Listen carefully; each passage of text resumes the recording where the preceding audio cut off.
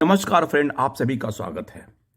Friends, बात अगर हम करें बैंकर्स के पेंशन अपडेशन के बारे में, तो आपको याद होगा कि पिछले वर्ष जब पेंशन अपडेशन की बातें जोर शोर से चल रही थी, तो उस समय आईबीए ने पेंशन अपडेशन कमेटी गठित किया था।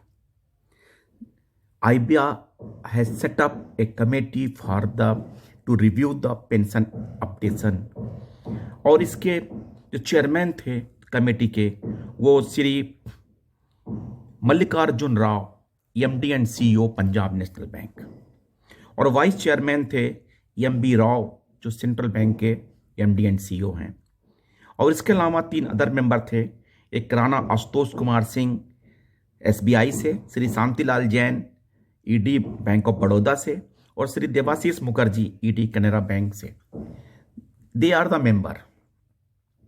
और आपको यह भी याद होगा कि उस कमेटी का पहला मीटिंग 22 जुलाई 2021 को हुआ था, यानी कि ठीक आप मान के चलें कि 1 वर्ष पूरे हो गए।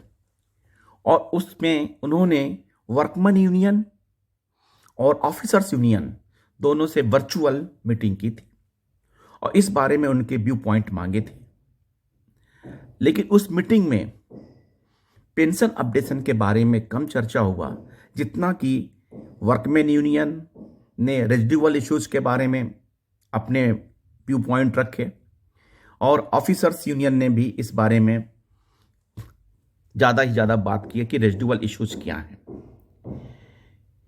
फ्रेंड्स, और उस मीटिंग को आईबीए ने कॉल किया था। उसका असली पर्पस था कि जो पेंशन अपडेशन के बारे में क्या क्या राय दिया जाए।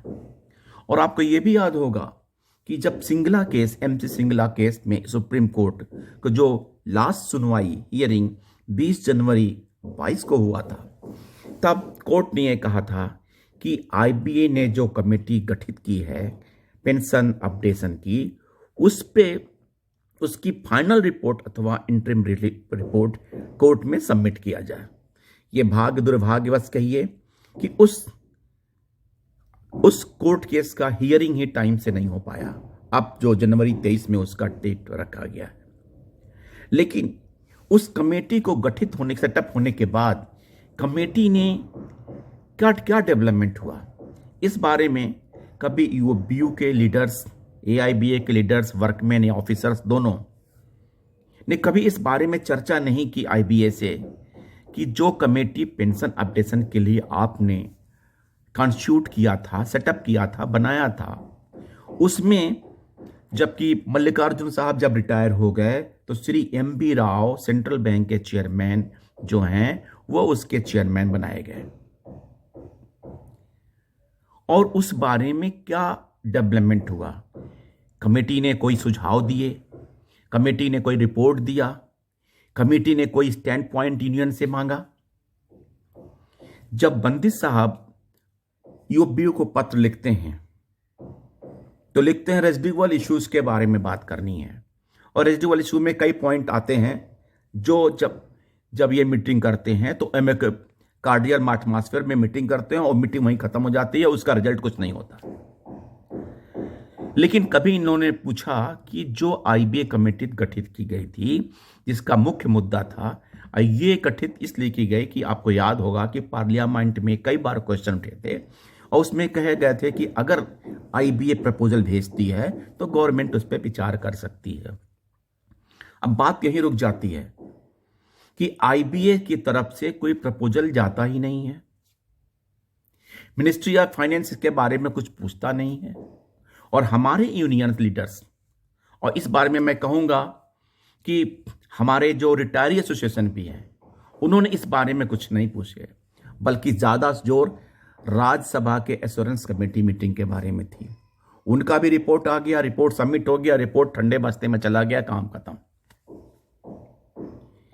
लेकिन nobody is ready to implement any report, इधर राज्यसभा कमेटी रिपोर्ट और जो आईबीए ने सेटअप किया है कमेटी, उसके बारे में तो कुछ कोई पूछ ही नहीं रहा।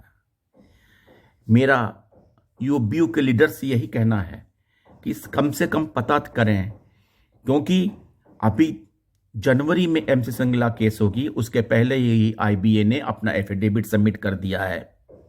लेकिन एफिडेविट सबमिट करना सीनियर एडवाइजर का ओपिनियन था, लेकिन कमेटी में जो चेयरमैन सेंट्रल बैंक के हैं अथवा चार मेंबर और हैं, उनके क्या ओपिनियन है, उन्होंने इसके बारे में क्या किया, क्या उन्होंने कुछ स्टडी किया, कितने पेंशनर्स हमारे हैं, क्या क्या लोड आएगा, क्या कास्ट ऑफ फंड होना चाहिए, या हम किस स्टेज में हैं, हमें कब इंप्लीमेंट करना है, इस बारे में who will ask?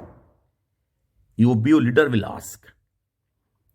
UBO leaders केवल एक पत्र लिखते हैं, हम चर्चा करना चाहते हैं, चर्चा होती है कार्डियल एटमॉस्फेयर में, रेजोल्यूशन नील।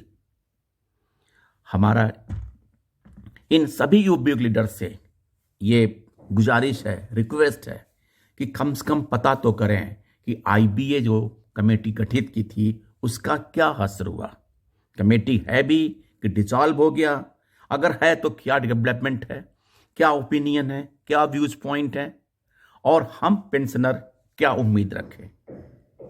अगर कोई अपडेट मिलता है तो मैं जरूर आपको बताता हूं। तब तक के लिए धन्यवाद। Thank you sir.